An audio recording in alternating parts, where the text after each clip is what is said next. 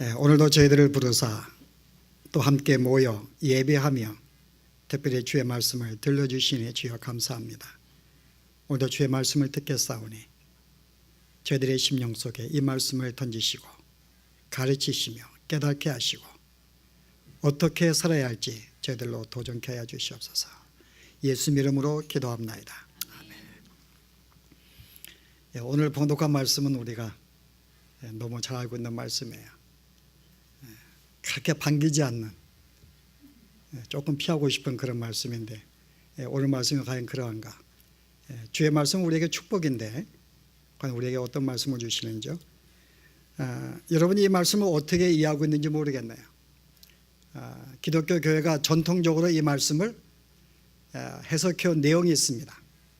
우리의 보물을 하늘에 쌓아두라, 이 땅에 쌓지 말라. 그래서 우리가 어떻게 쌓을 수가 있는가 그러면은 우리 권사님 어떻게 쌓을 수 있어요? 천국에다가 헌금을 함으로써 우리가 하늘에 쌓을 수 있다. 그래서 이 말씀이 일반적으로 교회에서 교인들에게 헌금을 독려하기 위해서 이 말씀을 자주 이용하고 또 가르칩니다. 과연 그러한가? 한번 생각해 보고 싶어요. 만약에 그렇다면은 먹고 살기도 힘든 교인들이 있어요. 그들은 먹고 살기도 힘든데 헌금을 내는 것은 굉장히 힘들 것입니다. 그럼 그들은 헌금을 거의 드리지 못했기 때문에 천국에 가서도 가난한 자의 삶을 살아야 돼요. 과연 우리는 천국이 그러면은 부자와 가난이 나눠지는가? 또 하나의 우리가 질문은 과연 천국에 보물을 쌓는다면은 과연 천국에서 보물이 필요한가 우리에게? 이런 질문에 대해서 우리가 성경은 명확하게 답을 주지 않습니다. 그런 점에서 우리가 많은 성도들의 가난함이 있기 때문에 그들이 만약 교회 헌금을 하지 못한다면 그들은 천국에서 가난한 자의 삶을 살기 때문에 이 말씀은 과연 헌금을 천국에 쌓으라는 말인가? 또 어떤 일부의 견해들은 또 일반적인 교회 견해들입니다. 헌금이라고 꼭 보지 않고 우리가 이 땅에서 구제하거나 선을 행함으로써 내 물질을 나눔으로써 천국에 보물을 쌓을 수 있다라고 또 가르칩니다. 자, 우리가 이 문제에 대해서 어떻게 생각하신대요? 그 헌금의 문제가 아니더라도 우리의 재물을 가난한 자에게 나눠주고 함께 나누는 것입니다. 여기에 또 의문이 생겨요. 만약에 그렇게 되면은 과연 이 땅에서 우리 주님께서는 모든 성도들이 부자와 가난함이 없이 균등하게 살라는 말이냐? 나의 가진 것을, 부자들은 가진 것을 다 가난한 자에게 나눠줌으로써 이게 우리의 생활이라면 과연 주님께서 빈부의 차이가 없는 그런 삶을 살라는 것인가? 그런데 실은 성경에 보면은 부자와 가난한 자를 다 허용하십니다. 부자에 대해서 특별하게 정죄하는 것이 없어요. 물론 몇 군데 경계함은 있지만은 우리가 그것은 일반적인 이 땅에서 부자의 삶을 살지 말라라는 뜻으로 경고한 것은 아닙니다. 그래서 마치 우리의 것을 나눔으로써 균등하게 산다는 것은 이 땅에 빈부의 차이가 없는 그런 삶을 살게 하는 것인데 성경은 충분하게 부자도 허락을 해요. 그런 점에서 우리가 이 말씀이 과연 무슨 뜻일까? 이 땅에 쌓지 않는 그 뜻이 무엇이고 하늘에 쌓는 뜻이 무엇인가를 우리가 조금 세밀하게 이 말씀을 살펴봐야 됩니다. 그래서 오늘 우리가 이 말씀의 뜻을 온전히 하기 위해서 몇 가지의 질문을 우리 갖고 시작하려고 그래요. 먼저 이 말씀을 왜 주셨는가? 당시에 이 바리새인들과 유대인들에게 이 말씀을 왜 주셨을까요? 우리가 산상수훈의 목적은 당시의 유대인들이 알고 있는 주의 말씀을 많이 왜곡하고 있었어요. 그래서 그 말씀을 교정하기 위한 것입니다. 자, 당시 유대인들은요 잘못된 믿음을 거의 가지고 있었어요. 특별히 메시아와 연관해서요. 자, 그들의 메시아가는 뭐죠? 오늘 교회들이 알고 있는 우리가 영원한 생명을 얻고 천국의 삶을 사는 그런 의미가 아닙니다. 그들의 메시아는 메시아 뜻이 뭐라 그랬어요? 기름 부음 받은 자. 그럼 옛날에 구약시대에 기름 부음 받은 자가 왕도 기름 부음을 받았어요. 그 실제 이들이 기대한 메시아는 다윗과 같은 메시아, 기대한 것입니다. 그들은 이제 로마의 식민지 살고 있었기 때문에 굉장히 삶이 어려워요. 그들이 메시아를 기다린 것은 메시아가 빨리 오시면은 우리의 강대국 로마를 물리치고 세계를 평정해서 가장 이스라엘을 다윗 시대와 같이 강대한 국가로 만들기 위한 그런 메시아를 그들은 기대했습니다. 그래서 그들이 메시아를 기대한 것은 영적인 문제가 아니고 현세적인 물질적인 문제예요. 이 땅에서 우리가 마음껏 부유함을 누리고 어떤 자유를 누리고 평화를 누리고 만기 이 땅의 삶을 즐길 수 있는 그런 삶을 주시기 위해서 메시아가 오기를 기대했고 그런 메시아로 알고 있는 그러니까 잘못된 믿음을 갖고 있었던 거죠. 그래서 그들이 추구한 것은 뭔가 하면 이 땅의 현세적인 어떤 축복이에요. 왜냐하면 그들의 구원관이기 때문에요. 그래서 그들은 영원한 생명보다는 이 땅에서 우리가 장수하며 번영하는 문제, 그래서 그들의 관심은 이 땅의 현세적인 물질에 관심이 있었어요. 보다 많은 것을 누리고 보다 많은 것을 받을 수 있고 그게 하나님의 축복이라고 생각할 것입니다. 그래서 이와 같은 생각을 주님이 교정시키기 위한 거예요. 내가 이 땅에 메시아로 온 것이 너에게 이 땅의 현세적인 어떤 번영, 자유, 강대국을 만들기 위한 것이 아니라 내가 온 것은 영적인 축복을 위해서 주기 위해서 오신 것이라는 거죠. 이거 교정하기 위해서 주님께서 이 말씀하신 것입니다. 그들의 잘못된 어떤 물질관에 대해서요. 그래서 오늘 주님이 우리에게 오신 그 이유가 무엇인지 그들이 뭘 지금 잘못 생각하고 있는지를 한번 우리가 교정해 보십시다. 자, 제일 먼저요. 여기 보물에 대한 문제예요. 보물을 이 땅에 쌓지 말고 천국에 쌓았는데 과연 보물이 무엇일까? 자, 여러분 생각에 보물이 뭐라고 생각한대요? 당시 유대인들이 생각하고 있는 보물. 여러분 실제 보물 그러면은 내가 가장 내 마음속에 소원하고 있는 거, 가장 내 마음에 갖고 싶은 거, 가장 내 마음속에 뭔가 이렇게 즐기고 싶은 즐거움을 주는 것, 그래서 내가 힘을 써서 온갖 내가 노력을 해서 갖고 싶은 것, 아마 그게 그 사람의 보물일 것입니다. 가장 내가 갖고 싶은 것, 내 마음속에 항상 소원하고 있는 것, 나에게 즐거움을 주는 것. 자, 그게 뭘까요, 여러분? 사람마다 틀릴 거예요. 어떤 사람은 그 사람에게 그 보물이 자식이 될 수가 있어요. 자식이 나의 기쁨이고 가장 소망이고 자식이 잘 되는 것. 어떤 사람은요, 재물이 될 수가 있어요. 가장 재물이 내 마음속에 내 마음에 소원하는 것이고 갖고 싶은 것이고 힘을 써서 갖고 싶은 기쁨을 줄 수 있는 것. 어떤 얘기는요, 명예가 될 수 있고 어떤 얘기는 권력이 될 수 있고요. 어떤 얘기는 뭐가 있을까요? 여러분의 외모도 될 수가 있어요. 어떤 우리의 재능도 될 수 있습니다. 음악하는 사람은 가장 나의 보물은 악기가 될 거예요. 각자마다 재물이 틀립니다. 그래서 어떤 우리가 보물 그러면은 보통 사람들의 현세적인 것들을 생각을 해요.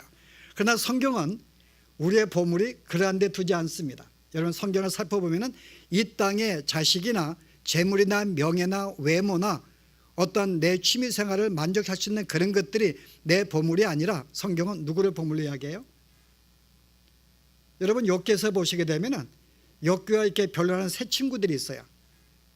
그 중에 엘리바스라는 친구가 보물이 무엇인가 우리에게 정해주는데요. 제가 한번 읽어볼까요? 욥기 22장에 보시게 되면은 제가 읽습니다. 25절에 그리하면 전능자가 내 보화가 되시며 내게 고귀한 은이 되시리니. 이 사람은 자 누가 우리의 보물이며 우리의 은이라고요? 너의 하나님이, 우리의 하나님이 너의 보물이라는 것입니다. 여러분 그 이사야서 보게 되면요, 이사야 성도들에게 이런 교훈을 했는데요. 제가 33장 6절 보겠습니다. 내 시대에 평안함이 있으며 구원과 지혜와 지식이 풍부할 것이니 여호와를 경외하는 것이 내 보배니라. 그러니까 하나님이 나의 보배라는 거죠. 내게 주신 구원과 그 다음에 지혜와 여호와의 말씀, 여호와 하나님이 나의 보물이라고 성경은 이야기합니다. 자, 그 외에 성경이 없을까요? 여러분들 고린도 후서에 보면은 바울이 그런 말을 해요. 우리가 이 귀한 보배를 질그릇에 담았으며 그럽니다. 근데 그 앞에 보면은 여호와 하나님과 그리스도가 우리의 보물인데 그 보물이 우리에게 오셔서 내 마음속에 임재한 거야. 그래서 우리가 질그릇인데 우리 안에 보물을 담고 있다 이야기합니다. 자, 이때 바울은 보물을 뭐라고 소개합니까? 하나님과 예수 그리스도가 우리의 보물로 소개를 해요. 그래서 그가 빌립보 3장 9절에 보면은 내가 가진 모든 것들을 배설물 여긴다. 내 명예나 내 지식이나 나의 모든 신분, 당시 로마 신분 가진 바울이었는데 이 모든 것 나는 보물로 여기지 않습니다. 귀하게 여기지 않습니다. 나는 이것을 배설물로 여깁니다. 그러니까 내가 보물로 여기는 것은 뭐라고요? 내가 그리스도를 아는 지식이 고상하기 때문에 이 모든 것은 가치 없는 것으로. 이때 바울은 예수님을 아는 것, 그분을 깊이 알아가는 것, 바로 그것을 자기의 가장 귀한 보물로 생각을 해요. 자, 이렇게 본다면 우리가 보물을 두 종류 나눌 수가 있습니다. 일반적으로 육적인 사람들, 주님을 알지 못하는 세상의 사람들이나 주님을 안다 할지라도 여전히 육적인 가운데 속한 사람들은 보물 그러면은 이 땅의 물질로 생각을 해요. 보석이라든지 돈이라든지 딱 그 순간 내 보물 그거 생각합니다. 근데 영적인 사람들은요, 보물 그러면 제일 먼저 하나님, 그리스도, 영적인 것을 보물로 생각을 합니다. 자, 여러분 제가 보물 처음에 보물을 쌓지만 할 때 그 보물을 뭐로 생각하셨는가요?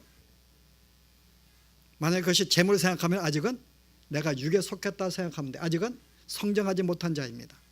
성경은 우리에게 보물은 항상 영적인 것을 항상 우리의 가장 귀한 보물로, 그리스도를 아는 것, 구원의 문제, 생명의 문제가 우리의 보물이라는 거죠.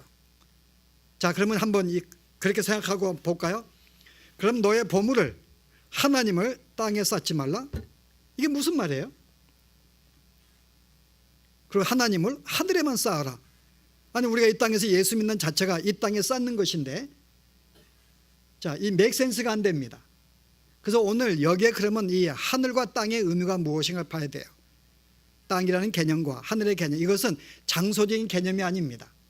장소적으로 어떤 뭐 위에 쌓아놓고 잊지 말란 그런 장소적인 개념이 아니고 이거는 보석의 종류를 말하는 거예요. 어떤 종류예요? 이게 영적인 보물이냐 육적인 보물이냐의 문제입니다. 내가 영적인 보물을 추구하느냐 영적인 보물을 추구하느냐 같은 말인가요? 같이 했어요? 네.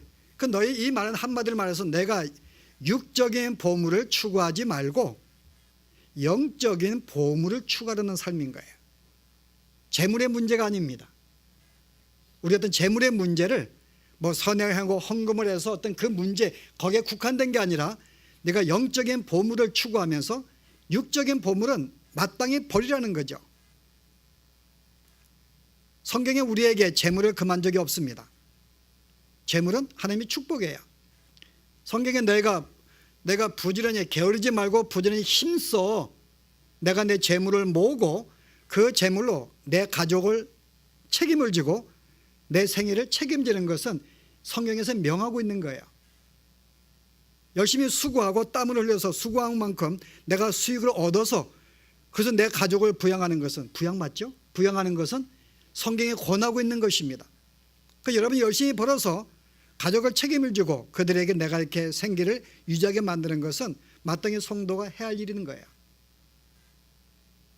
또 성경이 우리에게 예수께서 우리가 금하지 않는 것이 뭔가 하면요,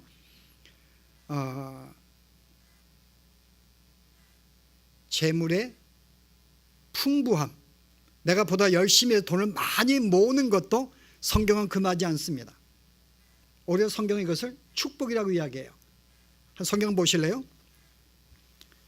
재물에 대해서 신명기 말씀 보십시다. 신명기 8장 18절의 말씀, 아마 이 말씀 동그라미 쳐야 될 거예요, 그죠? 내 하나님 여호와를 기억하라. 그가 내게 재물 얻을 능력을 주셨음이라. 하나님의 사랑하는 자에게 재물을 얻을 능력을 그에게 주었다는 거예요. 풍성한 재물은 하나님의 축복입니다. 여러분 부자로 사는 것은 하나님의 축복이에요. 그 성경에 우리가 거의 인물들을 볼 때 성경의 위인들의 가난한 자가 거의 없습니다. 아브라함 부자였어요. 그의 아들 이삭도 부자였고 야곱도 부자였고요. 또 그의 아들 누가 있죠? 요셉도 부자였어요. 여러분. 다윗도 부자였고 욥도 부자입니다. 여러분이 알고 있는 성경의 인물들이 거의 가난하게 산 적 거의 없어요. 특별히 선지자들은 거의 부를 누리진 않았어요. 그들은 주의를 몰두하기 위해서 재물을 좀 이렇게 그거는 거기 얽매일 수 없기 때문에. 그러나 모든 성도들의 삶에는 하나님의 사람들은 부하게 살았다는 거예요. 신약에 와서도 마찬가지입니다. 신약에 누가 부자가 있어요? 믿는 자가? 아리마대 요셉. 그는 부자라고 소개합니다. 그리고 예수님이 묻을 그 묘지가 없기 때문에 자기가 준비한 묘지를 예수님께 내어준 그 사람은 부자라고 소개합니다. 고넬료 가정 부자였어요. 그리고 그들이 예수님이 승천하신 다음에 항상 그들이 기도했던 마가의 다락방, 마가도 부자였어요. 그 당시 부자가 누가 있는가요? 바나바. 그는 부자였더라. 그가 모든 소유를 함께 나누었어요. 그 신약 성경에도 어떤 부자가 됨에 대해서 그들은 금한 적이 없습니다. 오히려 그들은 하나님의 부자는 하나님의 축복이라고 이야기를 해요. 그래서 우리가 재물을 모으고 우리가 부자 되는 것은 이것은 우리가 성경에 하나님이 예수님에 금하고 있는 것이 아닙니다. 하나만 더 볼까요? 우리가 물질을 모으는데 우리가 보통 물질을 왜 모아요? 현미 집사님, 재물을 혹시 뭐 아직은 모을 단계가 아니지만은 이제는 그 큰딸이 대학 갔기 때문에 아마 등록금 보느라고 아마 바쁠 거야 아마. 돈을 만약에 돈을 모은다고 가정하십시다. 저축을 해요. 왜 저축을 해요? 앞으로 장래를 위해서, 내 자식을 위해서, 장래 삶을 위해서. 자, 내가 장래 삶을 위해서 저축을 한다. 자, 성경에서 금할까요? 허락할까요? 자신 있게 답변해 보실래요? 여러분, 예수님께서 이런 말씀이었어요. 너희가 게으른 자들에게 개미의 지혜를 배우라 그래요. 자, 개미가 어때요? 개미는 겨울에 양식을 위해서 여름에 열심히 일을 합니다. 우리도 몇 장인가 나오잖아요. 그죠? 그 저축하는 것을 배우라 그럽니다. 주님은 우리에게 저축하는 것에 대해서 우리에게 금한 법이 없습니다. 오히려 부모가 자식을 위해서 장래에 글을 쓰게 하기 위해 저축하는 것은 오히려 성경은 권하고 있어요. 성경 한번 보실래요? 어디에서 권하고 있는지. 여러분이 고린도 후서 12장, 여러분 그거 동그라미 쳐놓으세요. 고린도 후서 12장 자 14절에 보시면요, 내가 구하는 것은 너의 재물이 아니요 오직 너희니라. 어린아이가 부모를 위하여 재물을 저축하는 것이 아니요 부모가 어린아이를 위하여 저축하느니라. 여기서 이미 부모가 자식의 장래를 위해서 그들의 삶을 예비하고 저축하는 것은 오히려 성경에서 당연하게 생각하고 우리에게 이야기하고 있습니다. 그래서 우리가 저축하는 거 금하고 있는 거 아닙니다.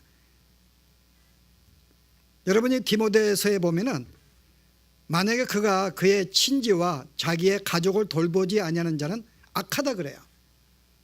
그래서 내가 내 자식을 위해서, 내 친지의 어떤 집안을 위해서 재물을 내가 모아두고 그들이 앞으로 내가 이렇게 돌볼 것을 저축하는 것은 오히려 권하고 있지, 그들을 돌보지 않는 것, 그 저축하지 않는 것은 오히려 우리에게 합당하지 않다고 이야기하는 거예요. 자, 이런 점에서 우리가 돈을 모으는 것은 성경에서 금하지 않습니다.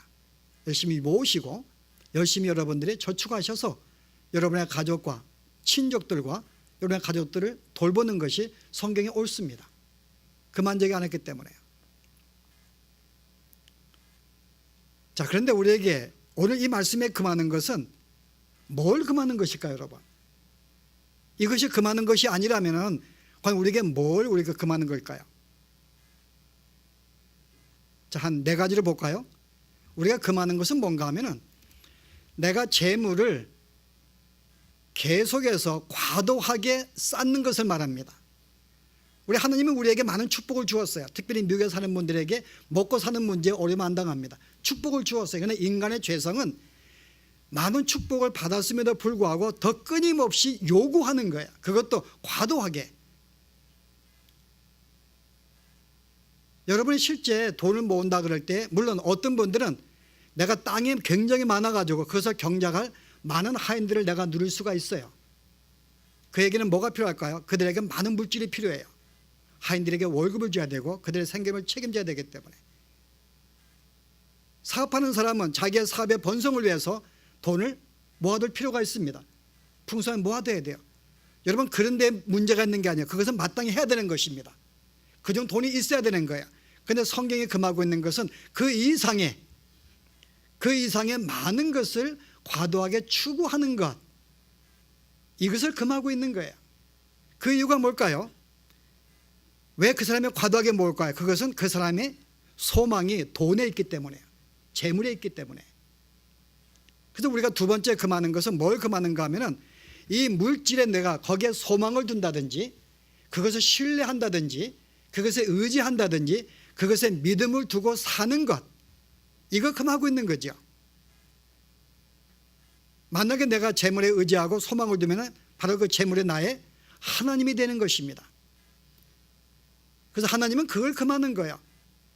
내가 마땅히 하나님만을 경외하고 이 모든 것을 내가 누릴 수가 있다면 그건 문제가 아니지만 사람이 돈에 소망을 두고 그거를 신뢰하고 계속 그것을 붙잡고 사는 그 삶을 경계하는 것이지 돈 자체를 많이 모으는 자체를 우리가 성경은 금하는 게 아닙니다.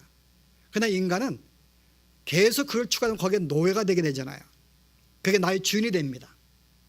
그게 나의 기쁨이 되고 즐거움이 되고, 그래서 우리가 보통 봄을 그릴 때 내가 가장 내 마음에 상실할 때가 언제인가?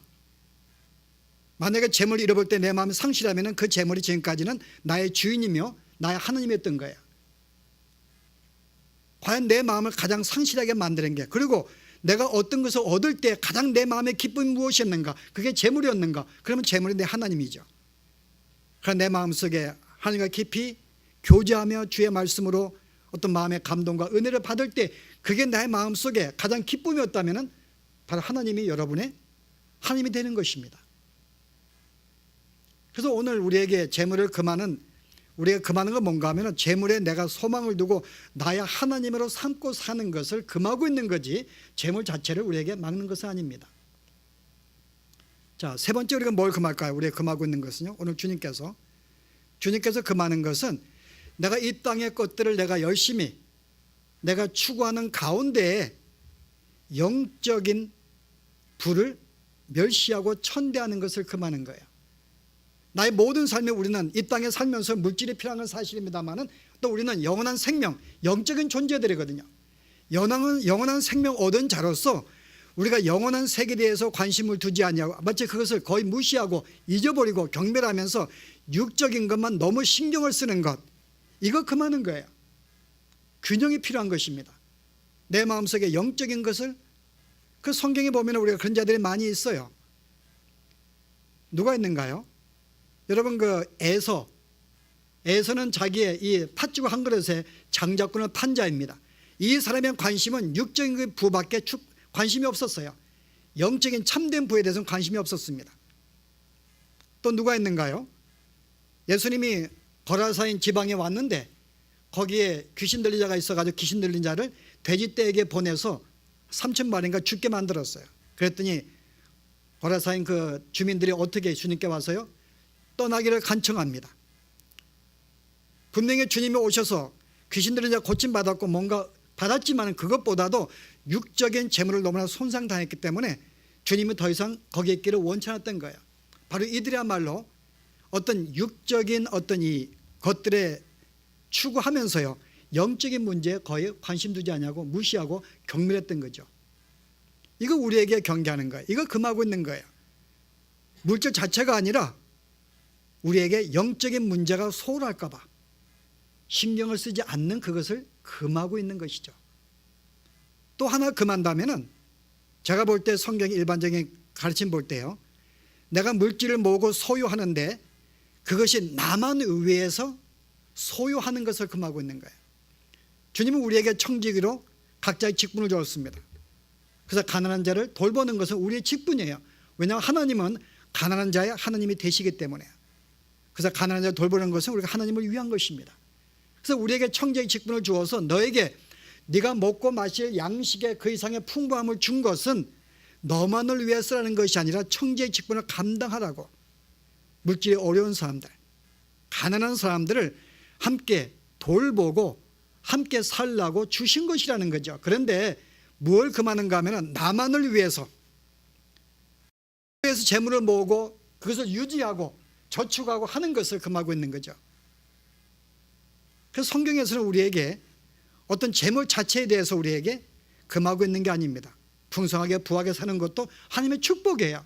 그러나 그것이 거기에만 소망을 둔다든지 나만을 위해 쓴다든지 그 일로 말미암아 영적인 일에 소망을 두지 아니하는 이런 점들을 우리가 경계하고 금하는 것이지, 물질제 부하게 사는 자체는 하나님의 축복이므로 여러분 누릴 수 있는, 자녀가 마땅히 받을 축복이에요. 그래서 전도 17장에 보면은 우리에게 하나님이 축복을 주었잖아요.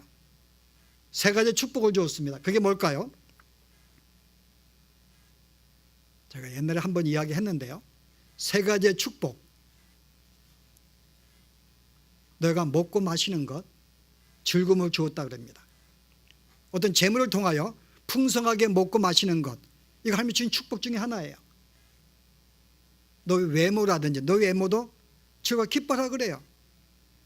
예쁘게 꾸미는 것. 또 하나의 즐거움은 네가 젊을 때 취한 내 배우자를 즐기라 그럽니다.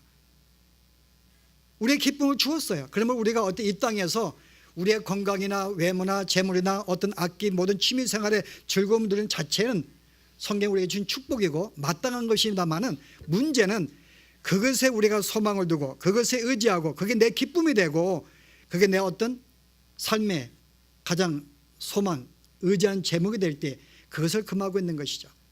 여러분이 이것을 절제할 수 있다면 우리는 이 땅의 모든 재물은 문제가 아닙니다. 그래서 오늘의 이 문제는 땅에 쌓는 육적인 문제가 아니라 어떤 육적인 재물을 금하고 있는 거죠.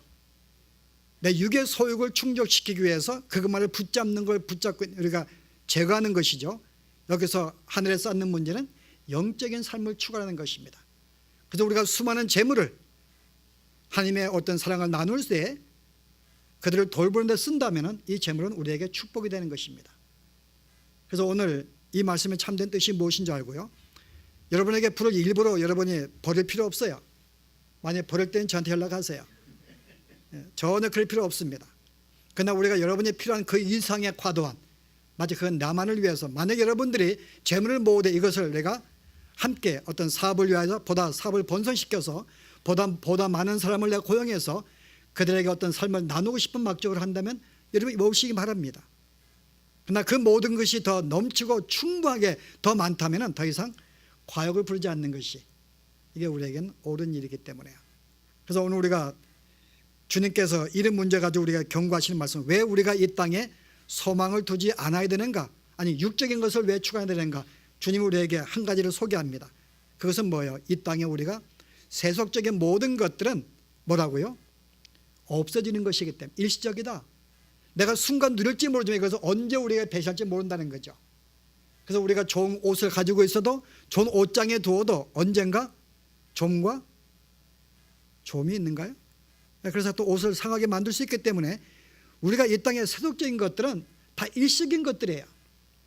나를 배신한다 그 말입니다. 재물도 마찬가지죠. 언제 도둑이 될지 모르는 거예요. 언제 강한 자가 쳐들어서 빼앗아갈지 모릅니다. 언제 사기를 당할지 모르는 거예요.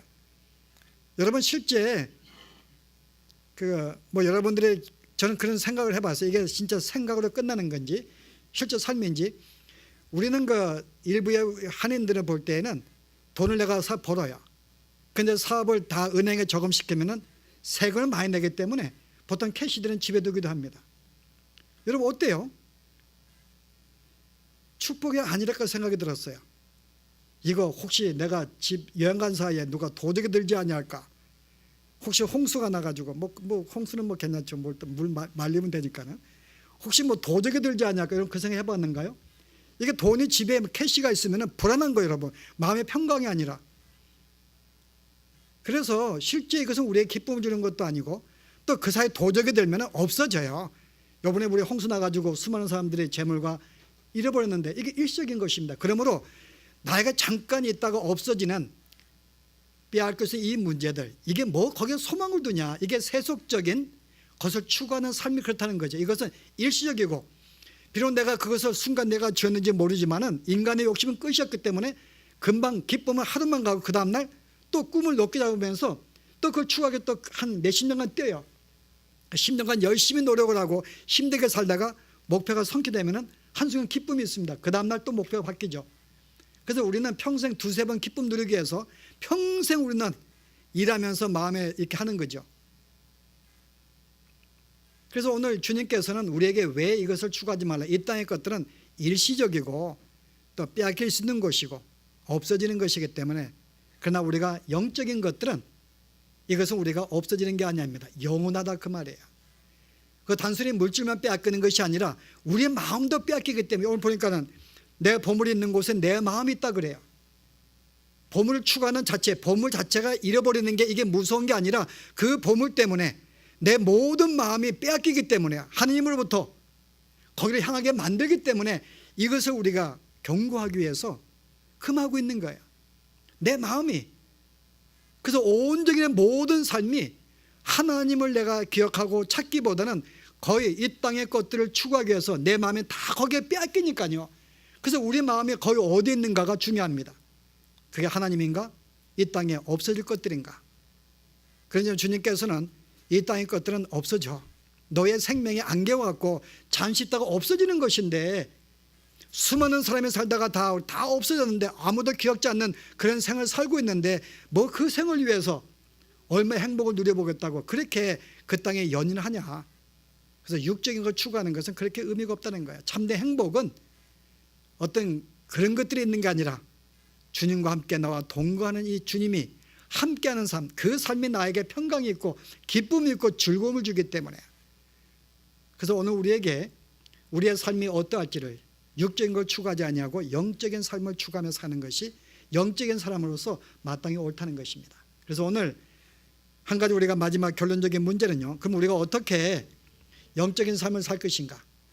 우리가 오늘 산상수훈이 그 비교를 해줘요.